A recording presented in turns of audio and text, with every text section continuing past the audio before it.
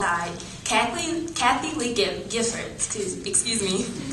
Kotb has also been a Dateline NBC correspondent since April 1998. Kotb has covered a wide variety of domestic and international stories across all NBC News platforms, as well as numerous human interest stories and features.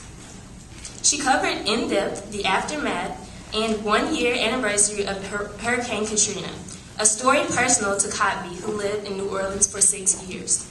She has reported on the war in Iraq, the conflict between the Israelis and Palestinians in the West Bank and Gaza Strip, and the war on terror in Afghanistan. Kotb graduated from Virginia Tech University with a Bachelor of Arts in Broadcast Journalism. She now resides in New York City. Please join me in welcoming Ms. Hota Kotb.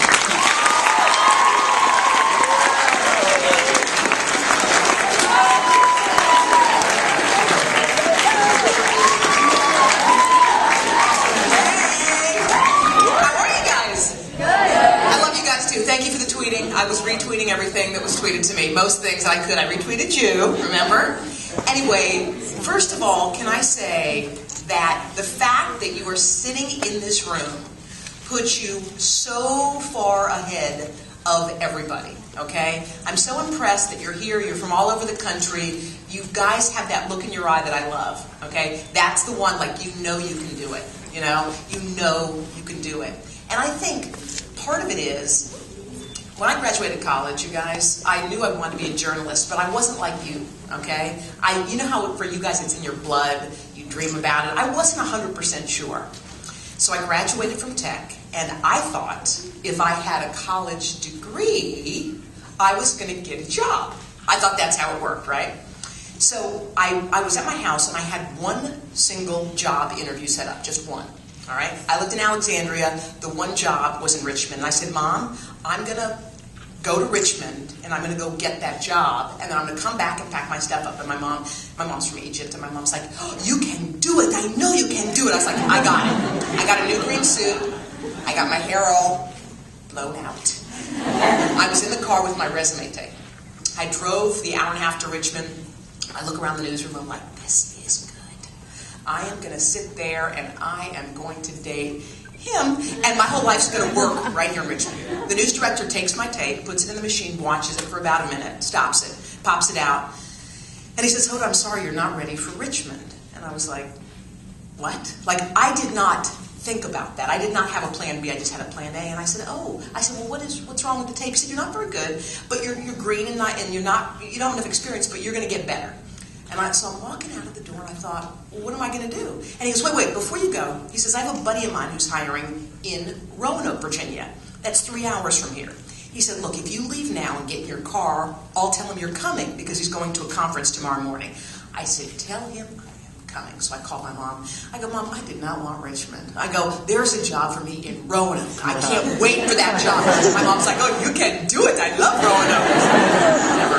I drove to Roanoke. I look around the newsroom, I'm like, this is okay. I can sit there and I can date him. This is fine too, this will work. Guy puts the tape in the machine, he plays it, pops it out after 45 seconds or a minute, and he says, Hoda, I'm sorry, you're just not ready for Roanoke.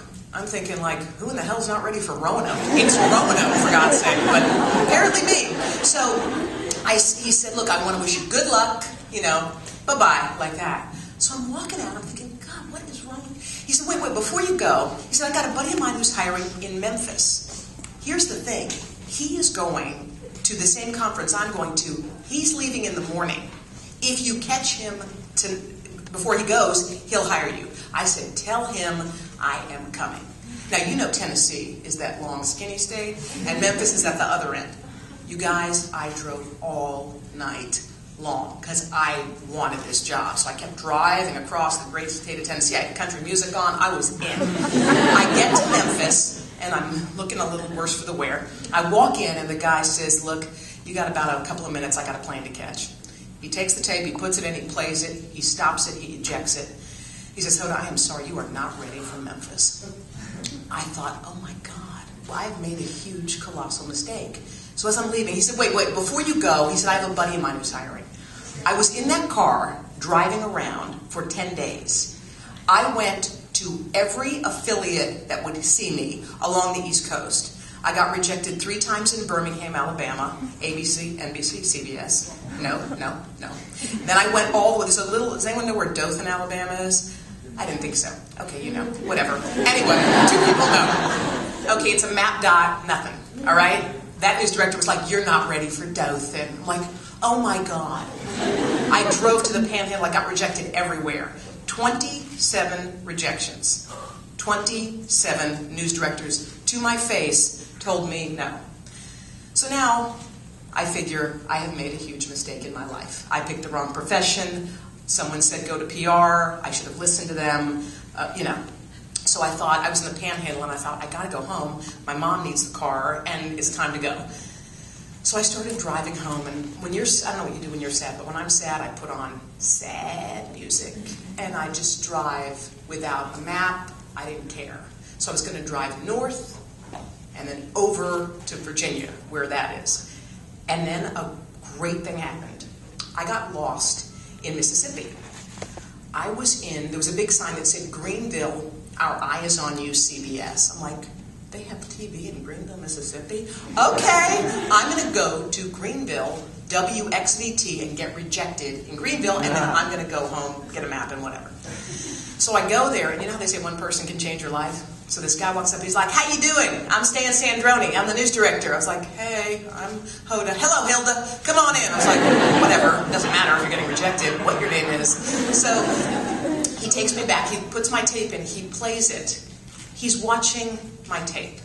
I am watching him watch my tape. It's the worst tape in the history of the world. The worst resume tape ever made was mine. He watched the whole horrible, terrible 27 minutes. When it was over, he stopped it. And my heart was pounding. I could feel it pounding in my chest. I looked at him, I'll never forget what he said. He goes, Hoda, I like what I see. I was like, you do? I couldn't believe this man liked my tape. He goes, I'm going to hire you today, okay? You go home, get your stuff, you come on back here, and you're going to work here. You're going to be bureau chief in Greenwood. It's smaller than here. I'm like, what's smaller than here? But I didn't care because I was so, you know when you're starving and someone feeds you a crumb? You can't believe how delicious it is. It was the best thing ever.